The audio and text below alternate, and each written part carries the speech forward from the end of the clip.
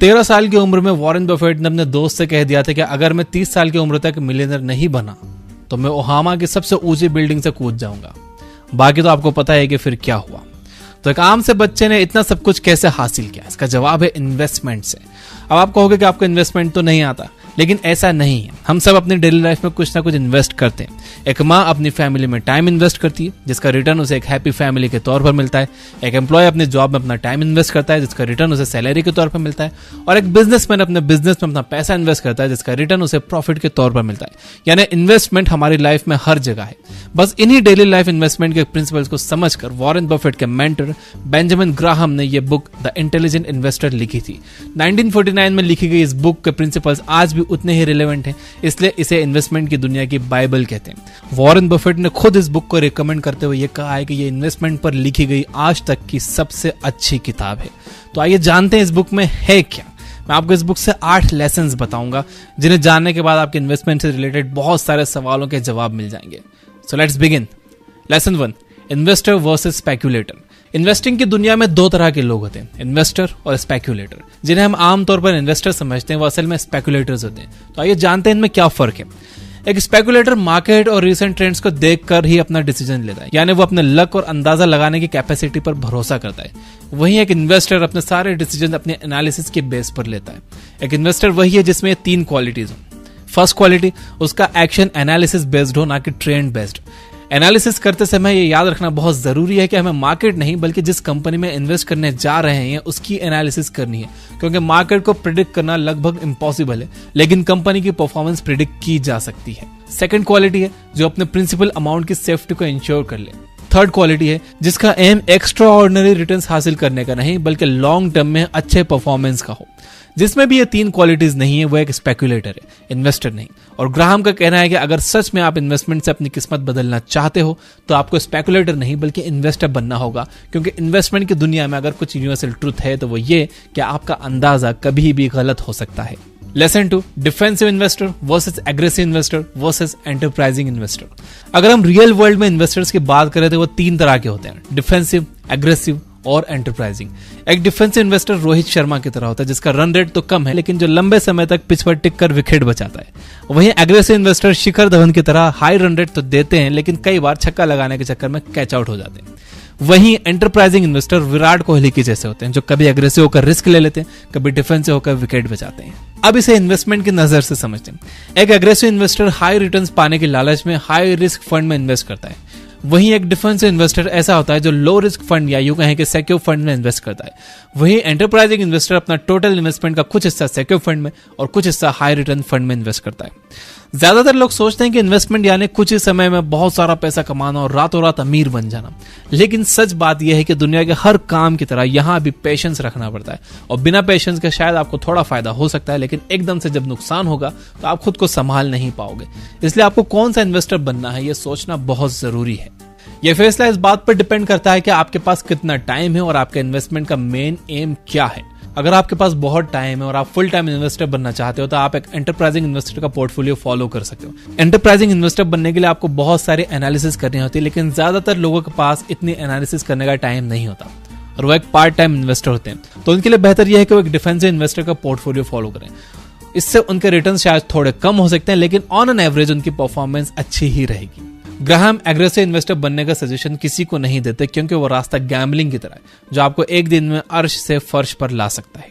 Lesson 3, defensive portfolio. अगर आपने एक डिफेंसिव इन्वेस्टर बनने का फैसला किया है तो आइए देखते हैं कि बेंजामिन ग्राहम आपको किन कंपनीज में इन्वेस्ट करने की सलाह देते हैं।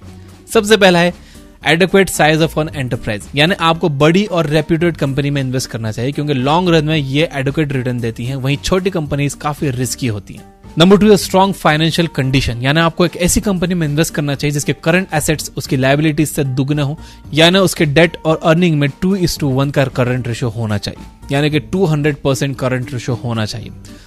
नंबर 3 है अर्निंग स्टेबिलिटी, यानी पिछले 10 सालों में कंपनी ने कोई बड़ा लॉस ना उठाया हो और कुछ ना कुछ रेगुलर प्रॉफिट गेन किया हो। नंबर 4 है डिविडेंड रिकॉर्ड, यानी कंपनी ने कम से कम 15-20 सालों में अपने इन्वेस्टर्स को लगातार डिविडेंड पे किया हो। नंबर 5 है अर्निंग ग्रोथ, यानी कंपनी का प्रॉफिट हर साल बढ़ते रहना चाहिए और पिछले 10 सालों में कम से कम 33% बढ़ना चाहिए। लेकिन अगर हम इंडिया की बात करें तो यहाँ इन्फ्लेशन को देखते हुए कम से कम 10 सालों में 100%, यानी कि डबल प्रॉफिट तो होना ही चाहिए। नंबर 6 है मॉडरेट पीई रेशियो, यानी कंपनी के शेयर का करंट प्राइस उसके पिछले 10 सालों के रिटर्न से 15 गुना से ज्यादा नहीं होना चाहिए, वरना आप उस स्टॉक को उसके एक्चुअल वैल्यू से ज्यादा प्राइस में खरीद रहे हो, जो आपके फ्यूचर रिटर्न को कम कर देगा। इन सब के अलावा सबसे जरूरी बात यह है कि डिफेंसिव इन्वेस्टर को ग्रोथ स्टॉक्स में इन्वेस्ट करने से बचना चाहिए। उसका पोर्टफोलियो 50-50% का होना चाहिए, यानी कि 50% उसे बॉन्ड या कैश में इन्वेस्ट करना चाहिए और बाकी के 50% स्टॉक्स में। वैसे तो वॉरेन बफेट और बेंजामिन ग्राहम हमेशा एक पेशेंट, डिफेंसिव और लेस एक्सपेक्टेशंस रखने वाला इन्वेस्टर बनना सिखाते हैं, लेकिन फिर भी अगर आप फुल टाइम इन्वेस्टर बनकर हाई रिटर्न्स में अपना हाथ आजमाना चाहते हो तो अगला पॉइंट आपके लिए है। Lesson 4, enterprising investor. एक एंटरप्राइजिंग इन्वेस्टर के पोर्टफोलियो में आपको ये 4 चीजें जरूर मिलेंगी: patience, discipline, eagerness to learn यानी कुछ सीखने की चाहत, और बहुत सारा टाइम इन्वेस्टमेंट। जैसे जिंदगी से थोड़ा हासिल करने के लिए आपको कुछ अलग करना पड़ता है, वैसे इन्वेस्टमेंट से कम लॉस में ज्यादा रिटर्न्स पाने के लिए भी आपको बाकियों से कुछ अलग करना होगा। आइए सीखते हैं क्या।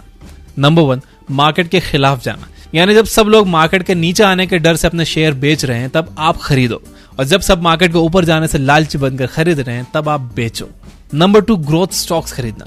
ग्रोथ स्टॉक यानी वो कंपनियां जो मार्केट में बाकी कॉम्पिटिटर्स से ऑन एन एवरेज ज्यादा प्रॉफिट कमा रही हैं, जिनके पास कोई यूनिक प्रोडक्ट या सर्विसेज है जिससे फ्यूचर में उनके शेयर्स की कीमत बढ़ सकती है, लेकिन इन कंपनीज के शेयर हाई पीई रेशियो पर मिलते हैं और ये वैल्यू स्टॉक्स के मुकाबले डिविडेंड कम देती हैं।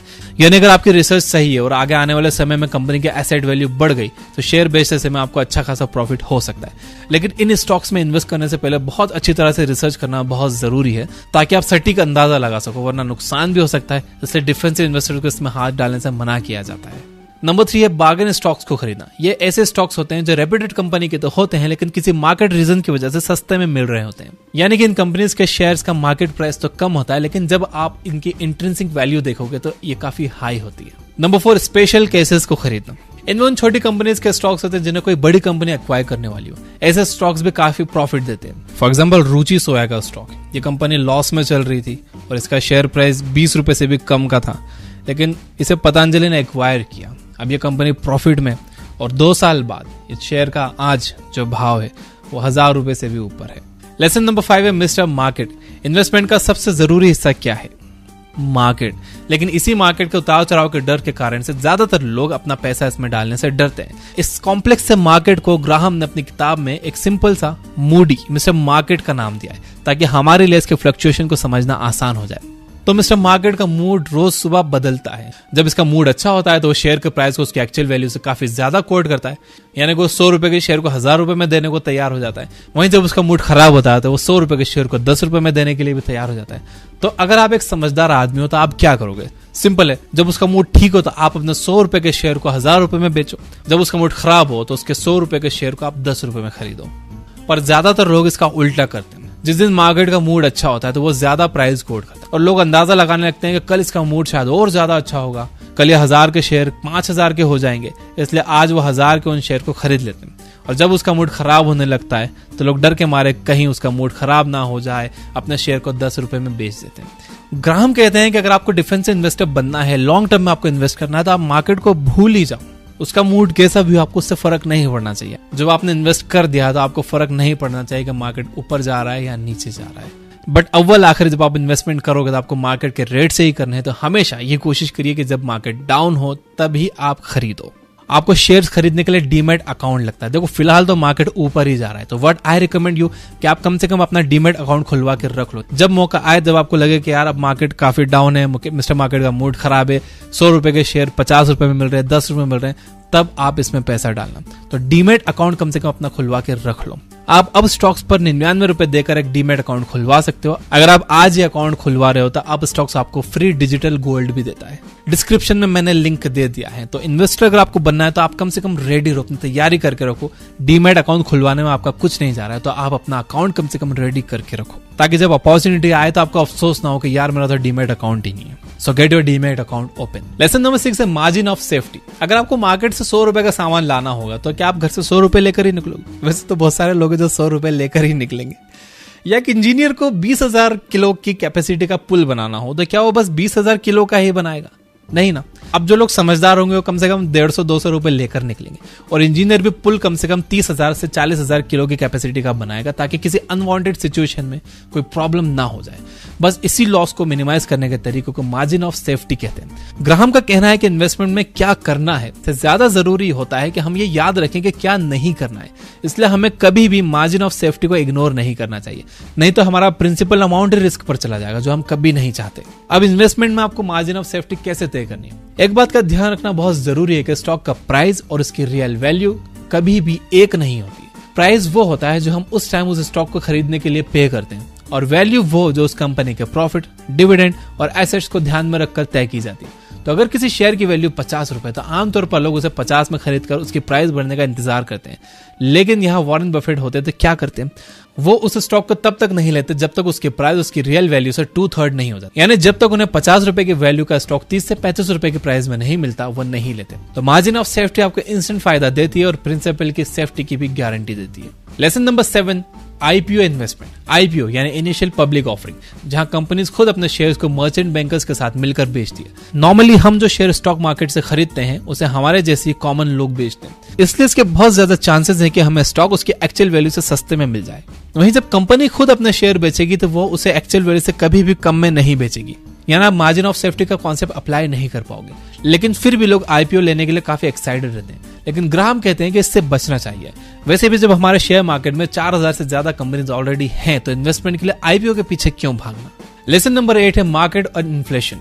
अब हमने इतना सब कुछ सीख लिया, तो जाते जाते जान लेते हैं कि क्यों हमें अपनी मेहनत से कमाया पैसा स्टॉक मार्केट या म्यूचुअल फंड में इन्वेस्ट करना चाहिए, जहां प्रिंसिपल की गारंटी भी नहीं होती और इतना सब कुछ सीखना भी पड़ता है। क्यों ना हम सिंपल सी 10 साल की एफडी करें और खुश रहें। तो इसका जवाब छुपा है इन्फ्लेशन यानी महंगाई दर में। जो दाल 10 साल पहले 50 रुपए किलो थी, वो आज 120 से 130 रुपए किलो है। पेट्रोल के रेट्स तो आप जानते ही हो, वो बताने की जरूरत नहीं है। अगर हम इंडिया के इन्फ्लेशन रेट की बात करें तो पिछले 10 सालों में 6 से 7% का इन्फ्लेशन रेट देखा गया है। अब अगर एफडी देखें तो वो आपको 5 से 6% का रिटर्न देती है, यानी कि कुल मिलाकर लॉन्ग रन में आपके पैसे की वैल्यू कम ही होगी। अमीर बनने का कॉन्सेप्ट बस इतना है कि आपके इन्वेस्टमेंट का रिटर्न इन्फ्लेशन से ज्यादा होना चाहिए, तभी लॉन्ग रन में आपको प्रॉफिट होगा और आप एक इंटेलिजेंट इन्वेस्टर कहलाओगे। तो दोस्तों, ये थे इन्वेस्टिंग की सबसे बेहतरीन किताब द इंटेलिजेंट इन्वेस्टर, तो कुछ जरूरी सबक जिन्हें याद रखकर आप भी एक इंटेलिजेंट इन्वेस्टर बन सकते हो। तो वीडियो पसंद आया हो तो इसे लाइक जरूर करना। इन्वेस्टमेंट से रिलेटेड बुक समरी सुनने के लिए डाउनलोड करिए ये बुक ऐप, और अपना डीमैट अकाउंट जरूर खुलवा के रख लेना, ताकि इन्वेस्टमेंट का मौका आपके हाथ से ना निकले। Finally, you guys are amazing, keep reading, keep learning, keep growing. Thank you for watching.